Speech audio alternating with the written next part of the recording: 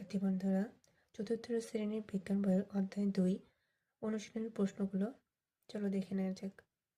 নিচের রোগগুলো নামের পাশে সঠিক লক্ষণ ও দাগ টেনে মিলাই। রোগের কারণ, রোগের নাম, রোগের লক্ষণ। আক্রান্ত রোগীর সংস্পর্শ কি হয়? চোখ ওঠে।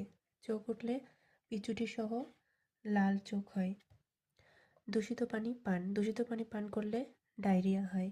ডায়রিয়া হলে ঘন ঘন পাতলা পায়খানা হয়। মশার কামড়। মশা কামড়ালে ম্যালেরিয়া হয়। ম্যালেরিয়ার ফলে কাঁপুনি দিয়ে জ্বর আসে। ভিটামিন এ এর অভাব। আমরা জানি ভিটামিন এ এর অভাবে রাতকানা রোগ হয়। আর রাতকানা রোগ হলে রাতে চোখে ভালো মতো দেখা যায় না। কুকুরের কামড়। কুকুরের কামড়ালে জলাতঙ্ক হয়। আর জলাতঙ্ক রোগী পানি দেখে ভয় পায়।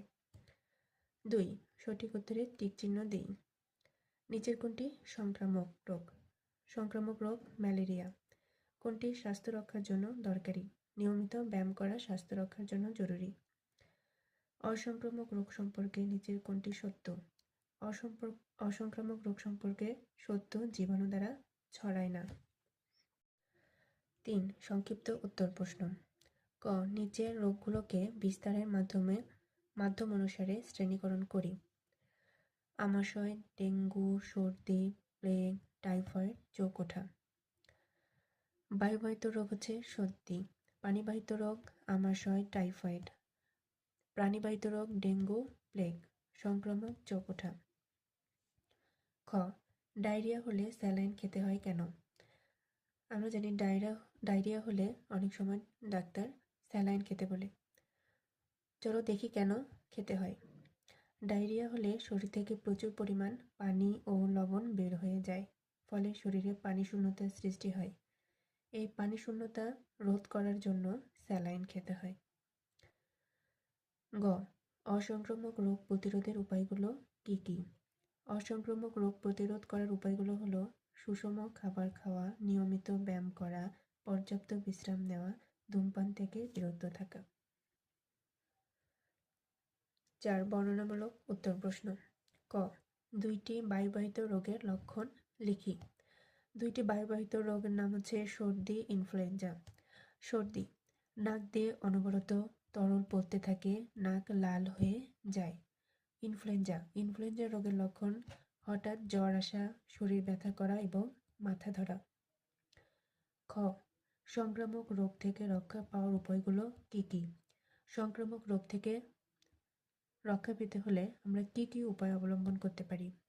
আক্রান্ত ব্যক্তির সেবাদানের সময় প্রয়োজন অনুসারে মাস্ক, কালো চশমা বা গ্লাভস ব্যবহার করা। যেসব প্রাণী রোগ ছড়ায় তাদের থেকে নিরাপদ থাকা। সংক্রামক রোগে আক্রান্ত ব্যক্তির হাঁচি, কাশি, কফ নির্দিষ্ট জায়গায় ফেলা। ঘরবাড়ি পরিষ্কার পরিচ্ছন্ন রাখা। আক্রান্ত ব্যক্তির ব্যবহৃত রুমাল, কাপড় ব্যবহার থেকে বিরত থাকা। খাওয়ার আগে এবং টয়লেট ব্যবহারের পর সাবান দিয়ে ভালোভাবে হাত ধোয়া। গ. দৈনন্দিন জীবনে স্বাস্থ্য রক্ষার কোন কোন অভ্যাস অনুশীলন করি তা লিখি। আমরা দৈনন্দিন জীবনে স্বাস্থ্য রক্ষার জন্য যে অভ্যাসগুলো আমরা অনুশীলন করে থাকি সেগুলো চলো দেখে নেওয়া যাক। প্রতিদিন সুষম ও পুষ্টিকর খাবার গ্রহণ করি। বিশুদ্ধ খাবার, পানি গ্রহণ করি। নিয়মিত ব্যায়াম করি, খেলাধুলা করি। খাওয়ার আগে এবং টয়লেটের পর সাবান দিয়ে হাত ধুই। নিয়মিত গোসল করি, পরিষ্কার পরিচ্ছন্ন জামা কাপড় পরি। নিয়মিত পর্যাপ্ত পরিমাণে ঘুমাই। প্রিয় শিক্ষার্থী বন্ধুরা, এতক্ষণ আমার ক্লাসরুমের সাথে থাকার জন্য ধন্যবাদ। পরবর্তী ভিডিও পেতে অবশ্যই সাবস্ক্রাইব করে পাশে থাকবে। আল্লাহ হাফিজ।